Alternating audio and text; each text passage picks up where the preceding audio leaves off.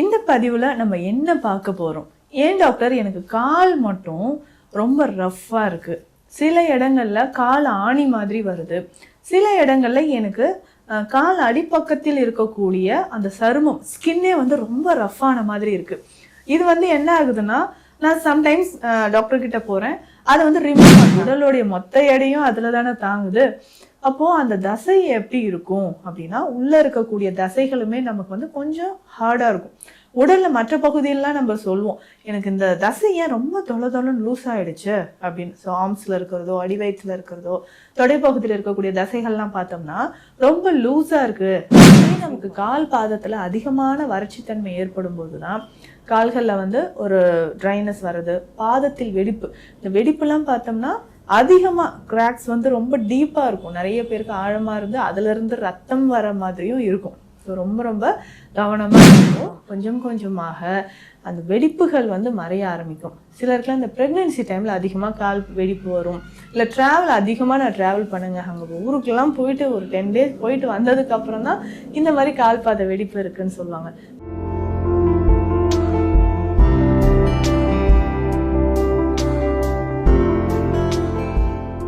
வணக்கம், நான் doctor Nithya, Siddha physician. இந்த பதிவில் நம்ம என்ன பார்க்க போகிறோம்? ஏன் டாக்டர் எனக்கு கால் மட்டும் ரொம்ப ரஃப்பாக இருக்குது. சில இடங்களில் கால் ஆணி மாதிரி வருது. சில இடங்களில் எனக்கு கால் அடிப்பக்கத்தில் இருக்கக்கூடிய அந்த சருமம் ஸ்கின்னே வந்து ரொம்ப ரஃப்பான மாதிரி இருக்குது.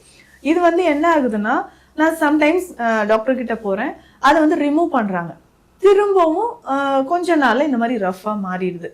இதை தாண்டி வந்து பார்த்தோம்னா கால் பாதத்துல எனக்கு வெடிப்பு இருக்கு, குதிகாலில் வெடிப்பு இருக்கு, கால் பாதம் முழுவதுமே எனக்கு வெடிப்புகள் இருக்கு. ஏன்னா இன்னைக்கு நிறைய பேருக்கு நம்ம பார்க்குறோம், கால் பாதம் முழுவதுமே வெடித்து வெடித்து வெடித்து அதிகமான வெடிப்பு இருக்கிற மாதிரி இருக்கும். ஸோ நம்ம உடல்ல இருக்கக்கூடிய ஸ்கின் ஸ்ட்ரக்சர் ஒவ்வொரு இடத்துலையும் ஒவ்வொரு மாதிரியான செல்கள் இருக்குங்க. ஸோ அந்த மாதிரி தான் கால் பாதத்தில் இருக்கக்கூடிய ஸ்கின் வந்து ரொம்ப ரஃப்பாக இருக்கும், ஹார்டாக இருக்கும்னு சொல்லலாம். உடலுடைய மொத்த எடையும் அதுல தானே தாங்குது. அப்போ அந்த தசை எப்படி இருக்கும் அப்படின்னா, உள்ள இருக்கக்கூடிய தசைகளுமே நமக்கு வந்து கொஞ்சம் ஹார்டா இருக்கும். உடல்ல மற்ற பகுதியெல்லாம் நம்ம சொல்லுவோம், எனக்கு இந்த தசை ஏன் ரொம்ப தொலை தொலைன்னு லூஸ் ஆயிடுச்சு அப்படின்னு. ஸோ ஆர்ம்ஸ்ல இருக்கிறதோ, அடிவயிற்றுல இருக்கிறதோ, தொடைப்பகுதியில் இருக்கக்கூடிய தசைகள்லாம் பார்த்தோம்னா ரொம்ப லூஸா இருக்கு அப்படின்னு நம்ம ஃபீல் பண்ணுவோம். என்னைக்காவது கால் பாதம், அடிப்பாதம் இருக்கு இல்லையா, இந்த இடத்துல இருக்கக்கூடிய இந்த ஸ்கின் ஏன் இவ்வளோ ரஃபா இருக்கு, இதுல எதனா ப்ராப்ளம் வருது அப்படின்னு நம்ம யோசிக்கிறதே கிடையாது. நிறைய காரணங்களால இந்த கால் பாதத்துல நமக்கு இந்த பிரச்சனைகள் வரலாம். எதற்காக கால் பாதத்துல நமக்கு வந்து இருக்கக்கூடிய அந்த ஸ்கின் ரொம்ப ரஃப் ஆகுது சில இடங்கள்ல மட்டும் அப்படின்னா, நமக்கு ரொம்ப நேரம் நிற்கிறது, நின்றுட்டே தான் நம்ம ஒர்க் பண்ணுவோம். பெரும்பாலும் பெண்களுக்கு இது அதிகமாக வருதுங்க. காலையில் எந்திரிச்சோடனே நான் வந்து கிச்சனில் நிற்க ஆரம்பிச்சேன்னா 3 to 4 hours ஆகும். திரும்ப மதியத்துக்கும் நான் குக் பண்ணுவேன், நைட்டு குக் பண்ணுறேன்.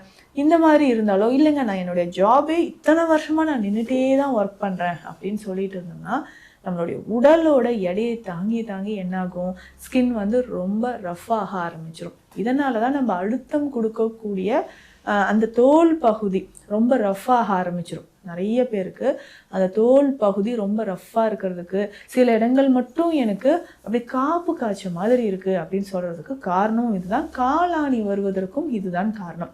இன்னும் நிறைய பேருக்கு ட்ரை ஸ்கின் இருக்கும், சொல்லவே வேண்டாம். கால் பாதம் வந்து நிறைய பேருக்கு ட்ரையாக இருக்கும். ஸோ இந்த ட்ரைனஸ்னாலையும் நமக்கு இந்த மாதிரி டெட் செல்ஸ் எல்லாமே ஒன்று சேர்ந்து ஒரு வறண்ட சன்மம் மாதிரியோ, இல்லை ரஃப்பாக இருக்கக்கூடிய ஒரு சின்ன சின்ன ஸ்பாட்ஸும் நமக்கு வர ஆரம்பிக்குது. அப்போ அந்த வறண்ட சர்மம்னா நார்மலாக நம்ம உடலில் முகத்துலலாம் நிறைய பேருக்கு பார்த்தோம்னா ஆயிலி ஸ்கின் இருக்குங்க அப்படின்னு சொல்லுவாங்க.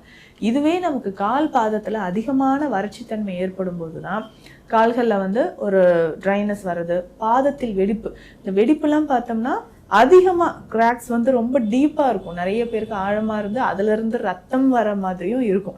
ஸோ ரொம்ப ரொம்ப கவனமா இருந்துக்கணும். இப்போ கால் பாத குதிகால் வெடிப்பு இருந்துச்சுன்னா இந்த சின்ன சின்ன வழிமுறைகள் செஞ்சவே நமக்கு சரியாகிடும். ஸோ இதை தாண்டி ரொம்ப நேரம் நம்ம வந்து ஷூஸ் போட்டுகிட்டே இருப்போம். ஸோ ஏர் சர்க்குலேஷனே இல்லாத மாதிரி ஷூ ஸோ நம்ம காலணிகள் இந்த மாதிரி அணிவது, ரொம்ப ரஃப்பாக இருக்கக்கூடிய காலணிகள் அணிவது, இந்த மாதிரி காலணிகள் இல்லாமலே பேர் ஃபுட்டில் அப்படியே நம்ம நடக்கிறது, இது எல்லாமே கால் பாதத்தில் அதிகமான ஒரு வறட்சித்தன்மையை கொடுக்குது.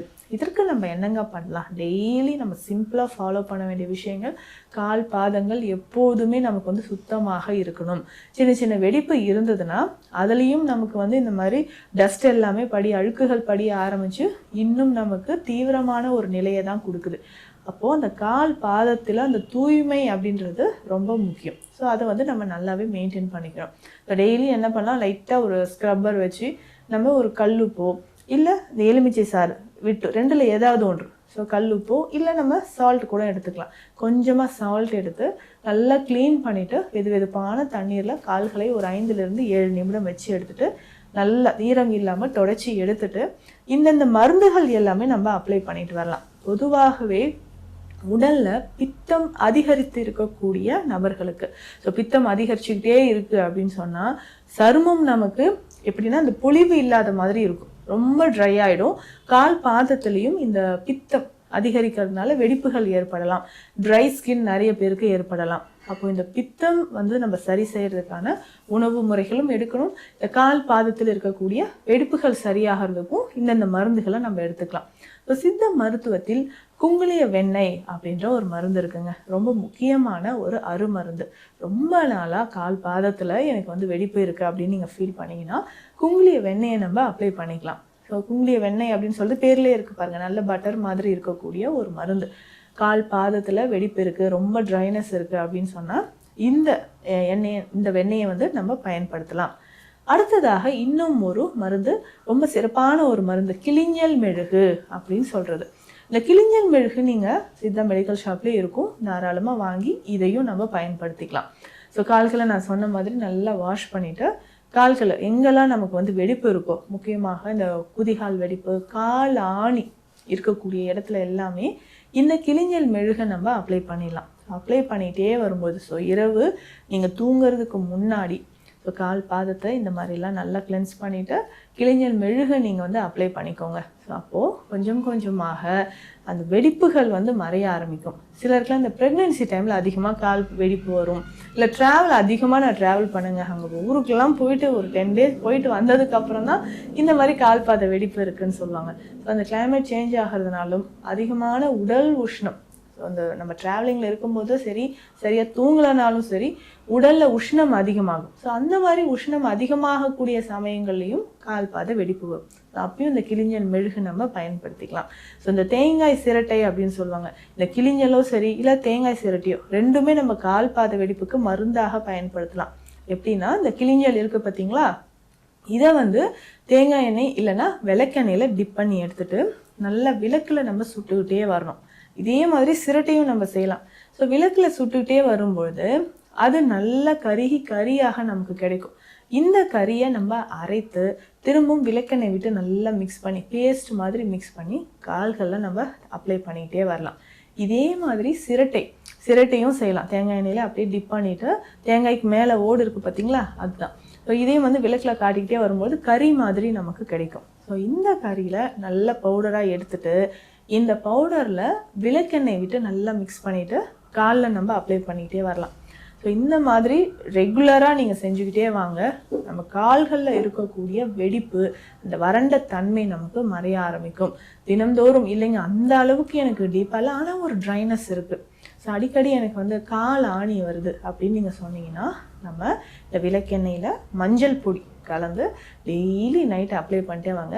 ஒரு 10 நாட்கள்லேயே நமக்கு நல்ல ரிசல்ட் கிடைக்கும். ஸோ கால்களை பாதுகாக்கிறது ரொம்ப முக்கியம். ஸோ இரவு தூங்கும்போதோ இல்லை காலையில் நீங்கள் குளிச்சுட்டு வந்தவுடனேயோ கொஞ்சம் தேங்காய் எண்ணெயோ இல்லை ஆலிவ் ஆயிலோ நம்ம பாதத்தில் அப்ளை பண்ணிக்கிட்டே வரணும். ஸோ இரவு நேரத்தில் கால் பாதத்தில் ஜென்டலாக மசாஜ் பண்ணுறது, சில வகையான ப்ரெஷர் பாயிண்ட்ஸை வந்து நம்ம ஆக்டிவேட் பண்ணுறது, இது எல்லாமே உடல் முழுவதுமே நமக்கு இருக்கக்கூடிய பிரச்சனையை சீராக்கக்கூடியது. ஸோ கால் பாதங்கள் ரொம்ப ரொம்ப முக்கியம்.